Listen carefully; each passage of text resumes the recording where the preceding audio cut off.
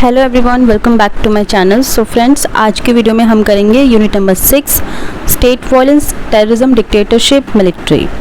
इसमें आज हम देखने वाले हैं intro, state violence theory and type, state violence in South Asia.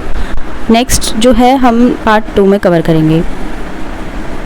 Okay, यहाँ पे बात हो रही है स्टेट वॉयलेंस की। सो पॉलिटिकल वॉयलेंस के बारे में हम सभी जानते हैं। पॉलिटिकल वॉयलेंस में दोनों तरीके के लोग शामिल होते हैं, जो स्टेट है या नॉन स्टेट एक्टर्स होते हैं। ये वॉयलेंस देश के अंदर से या बाहर के स्पॉन्सर से भी आ सकती है।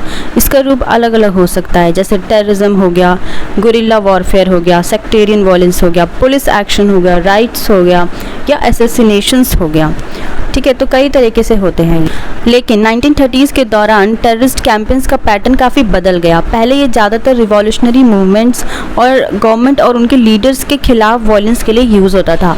लेकिन अब ये टर्म ज़्यादातर उन देशों में हो रहे मास रेप्रेशन, बड़े पैमाने पर दबाव को डिस्क्राइब करने के लिए यूज़ होने लगा, जहाँ टोटलिटेरियन और उनके डिक्टेटोरियल लीडर्स अपनी ही जनता के खिलाफ ज़्यादा जुल्म कर रहे थे।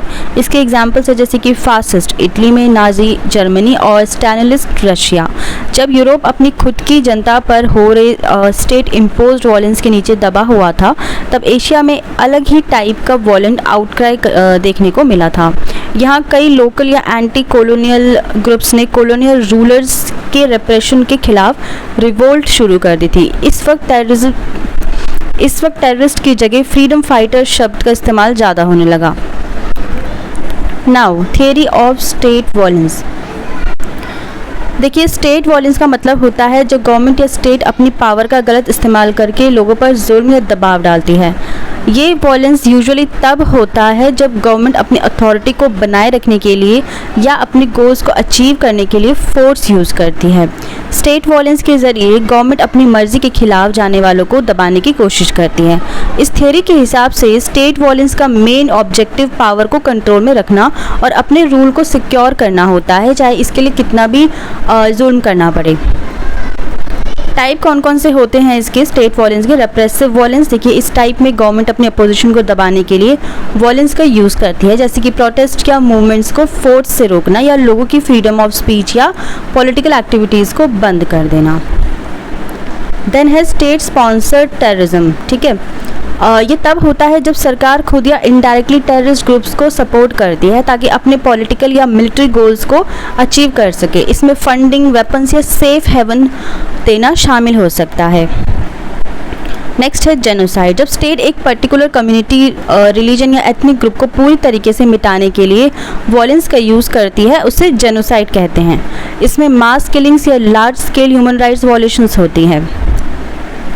पुलिस ब्रूटैलिटी, पुलिस का जुल्म। इस टाइप में पुलिस अपनी पावर का गलत इस्तेमाल करके लोगों पर अननेसेसरी वॉयलेंस करती है, जैसे कि प्रोटेस्ट के वक्त ज़्यादा फोर्स यूज़ करना, लोगों को अननेसेसरली अरेस्ट करना या उन्हें मारना। Military violence. जब गवर्नमेंट अपनी आर्मी का इस्तेमाल करके अपनी जनता या उसके दूसरे देशों के लोगों पर जुल्म करने लग जाती है, तो उससे मिलिट्री वॉयलेंस कहते हैं। इसमें मिलिट्री ग्रुप्स यानी कि मार्शल लॉ लगाना या वॉर्स में सिविलियंस को मारना शामिल हो सकता है। सो स्टेट वॉयलेंस का असर सोसाइटी पर काफ़ी नेगेटिव होता है। इससे लोगों में डर पैदा होता है, ह्यूमन राइट्स की वॉयलेशन होती है और डेवलपमेंट भी रुक जाता है। ऐसे वॉयलेंस के नतीजे काफ़ी समय तक सोसाइटी पर असर डालते हैं। Theory of grid and grievances. देखिए, ग्रीड और ग्रीवेंसेस का थ्योरी एक्सप्लेन करती है कि सिविल वॉर या आर्म्ड कॉन्फ्लिक्ट क्यों होते हैं। ये थ्योरी दो मेन रीज़न पर फोकस करती है। सबसे पहला है ग्रीड यानी कि लालच, और दूसरा है ग्रीवेंसेस यानी कि शिकायत या असंतोष भी कह सकते हैं। एरिस्टोटल के अकॉर्डिंग गरीबी ही रिवॉल्यूशन और क्राइम की जननी होती है, लेकिन आज के ग्लोबलाइजेशन थ्योरिस्ट कहते हैं कि आजकल के ज़माने में आर्म्ड कॉन्फ्लिक्ट का सबसे बड़ा कारण पर्सनल ग्रीड और ग्रीवेंसेस होती हैं।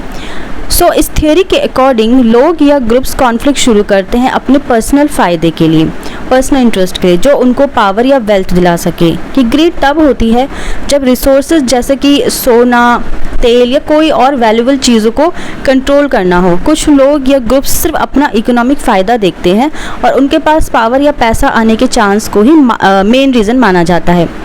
कॉन्फ्लिक्ट शुरू करने के लिए। एग्जाम्पल के तौर पर कुछ आर्म्ड ग्रुप्स ऐसे देश में लड़ाई शुरू करते हैं जहां नेचुरल रिसोर्सेज बहुत ज़्यादा होती हैं ताकि उन्हें लूट सके। ग्रीवेंसेस, देखिए दूसरी तरफ ग्रीवेंस का मतलब होता है वो असंतोष या शिकायतें जो लोगों को लगता है कि उनके साथ नाइंसाफ़ी हो रही है। ये रीज़न ज़्यादा सोशल, पॉलिटिकल या इकोनॉमिक इनइक्वालिटीज़ से होती हैं, जैसे कि एक पर्टिकुलर एथनिक ग्रुप के साथ भेदभाव, पॉवर्टी या पॉलिटिकल एक्सक्लूजन। जब लोगों को लगता है कि उनका हक मारा गया है तो वो अपनी ग्रीवेंसेस को दूर करने के लिए कॉन्फ्लिक्ट शुरू करते हैं। अब हम बात करते हैं ग्रीड और ग्रीवेंसेस थियरी ऑफ कॉम्बिनेशन। इसका कॉम्बिनेशन देखते हैं।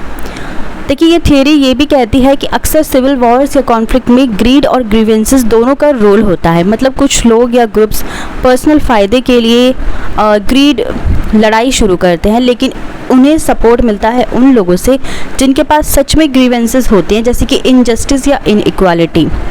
ग्रीड और ग्रीवेंसेस थियरी ये समझाने की कोशिश करती है कि कॉन्फ्लिक्ट सिर्फ एक रीज़न से नहीं बल्कि कई फैक्टर्स से शुरू होते हैं। कई बार ग्रीड ज़्यादा होती है और कई बार ग्रीवेंसेस या फिर दोनों का मिलन होता है। इस थियरी के ज़रिए हम समझ सकते हैं कि सिविल वॉर्स या कॉन्फ्लिक्ट कैसे और क्यों शुरू होते हैं।